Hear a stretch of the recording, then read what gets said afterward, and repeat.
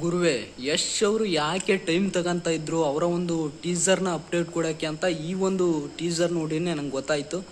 ಯಾಕೆ ಅಂದರೆ ಆ ಒಂದು ಟೀಸರ್ನ ಕ್ರಿಯೇಟ್ ಮಾಡೋದು ಆ ರೀತಿ ಕ್ರಿಯೇಟ್ ಮಾಡಿದ್ದಾರೆ. ಆ ಒಂದು ಬಿ ಜಿ ಎಮ್ ಆಗಿರ್ಬೋದು ಎಲ್ಲ ಕೂಡ ಸಖತ್ತಾಗಿದ್ದಾವೆ ಅಂತಲೇ ಹೇಳ್ಬೋದು. ಆ ಒಂದು ಟೀಸರಲ್ಲಿ ಒಂದು ಈ ಸಲ ಯುದ್ಧನೇ ಬೇರೆ ಅನ್ನೋ ಒಂದು ಡೈಲಾಗು, ಈ ಗಿವ್ ಅಪ್ ಮಾಡೋ ರಾಯ ಅನ್ನೋ ಒಂದು ಡೈಲಾಗ್ ಬರುತ್ತೆ. ಆದರೆ ಯಶ್ ಅವ್ರಿಗೆ ಅದು ಅನ್ವಯಿಸಲ್ಲ ಅಂತಲೇ ಹೇಳ್ಬೋದು. ಯಶ್ ಅವರು ನಾನು ಗಿವ್ ಅಪ್ ಮಾಡಲ್ಲ, ಅದೇನೇ ಆದರೂ ನಾನು ಗಿವ್ ಅಪ್ ಮಾಡಲ್ಲ ಅಂತ ಹೇಳಿದ್ದಾರೆ. ಇದೊಂಥರ ಸಿನಿಮಾ ಯಾವ ರೀತಿ ಇದೆ ಅಂತಲೇ ನಮಗೂ ಕೂಡ ಗೊತ್ತಾಗ್ತಾ ಇಲ್ಲ. ಕಾದು ನೋಡಬೇಕಿದೆ. ಟ್ರೈಲರ್ ಬಂದಮೇಲೆ ಪಕ್ಕ ಗೊತ್ತಾಗ್ಬೋದು ಸಿನಿಮಾ ಯಾವ ರೀತಿ ಇದೆ. ರಾಯ ಇಂಟ್ರೊಡಕ್ಷನಲ್ಲೂ ಅದರಲ್ಲೂ ಕರೆಕ್ಟಾಗಿ ನಮಗೆ ಗೊತ್ತಾಗಿಲ್ಲ. ಈಗ ಟೀಸರಲ್ಲೂ ನಮ್ಗೆ ಕೂಡ ಗೊತ್ತಾಗ್ತಾ ಇಲ್ಲ ಯಾವ ರೀತಿ ಇದೆ ಅಂತ ಕಾದು ನೋಡಬೇಕಾಗಿದೆ.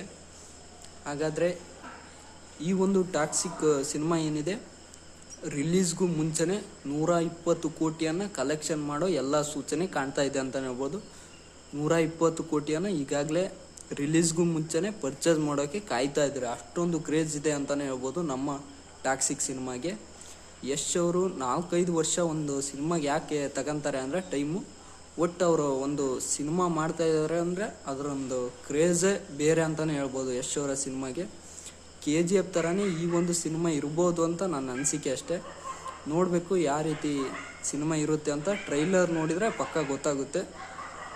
ಇದೇ ರೀತಿಯ ಹೆಚ್ಚಿನ ಕಂಟೆಂಟ್ಗಾಗಿ ನಮ್ಮ ಒಂದು ಚಾನಲ್ನ ಸಬ್ಸ್ಕ್ರೈಬ್ ಮಾಡಿಕೊಂಡು ಸಪೋರ್ಟ್ ಮಾಡಿ.